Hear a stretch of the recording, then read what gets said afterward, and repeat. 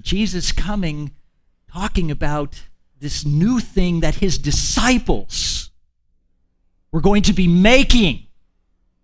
He says it's new wine, needing new wineskins. It's new cloth that you can't stick on an old cloth. You know, Bob came up to me last Sunday after we spoke about the church. And he talked to me about this new wine thing and his dad. You got your mic there, Bob? Why don't you turn it on? I'm going to ask him to tell you this story about his dad and new wine right at home, because that's what Jesus was talking about. This thing of the church is. It's new wine. Tell us a story, Bob. This is pretty good. I like this. I hope this doesn't dampen his message, because I thought it was getting pretty good. But this is a lot lighter than what he was just talking about. Last week, after him sharing the message with us and talking about the new wineskins and the reason for having the new skins to put the wine in was because of the fermentation, and it expands. Well, when I was a child, well, I wasn't actually a child, I was a teenager, but Dad decides he's going to make some of his own wine. And we started out with a gallon jug, and he takes this large balloon that you've seen the kids have, you know, about that big. He puts the balloon over the gallon jug after putting in the brewer's yeast and the sugar. And after, probably 4 or 5 days, this balloon starts blowing up. Well, that's what happens. It expands. The winemakers that have been in here know exactly what I'm talking about. But anyhow, it got larger and larger.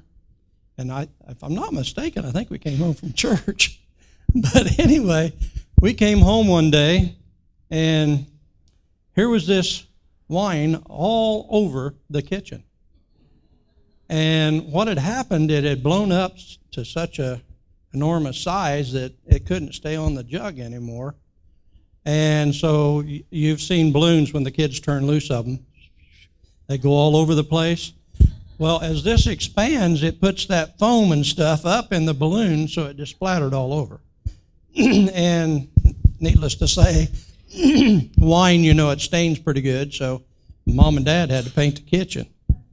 And then there was another story that I also related to him about my mother and I when I was about 7, and Dad decides he's going to make some home brew. So let this be a lesson to anybody making home brew. Dad had bottled up some home brew, and it had kind of gotten a little flat. It had stopped working. So he sets it in a bushel basket out here in the sun in the yard. And we lived by a railroad track, and there was strawberries, wild strawberries growing all along the railroad track. And Mom wanted to go pick some strawberries. Like I said, I was about 7. So we're out there picking strawberries, and we were on the opposite side of the track from the house. And this train track went right straight by the house. I mean, closer than from here to the equipment back there. And Mom and I were out there picking strawberries, and we'd been out there maybe for a half hour or so, and we just bang, bang, and we had a neighbor that, you know, didn't have a full load, and so she thought that this guy was out there shooting at us, because that's what it sounded like. It sounded like a gun going off, and you could hear this go over our heads. And Mom says, "Get down." So she's laying on top of me, got me down on the ground.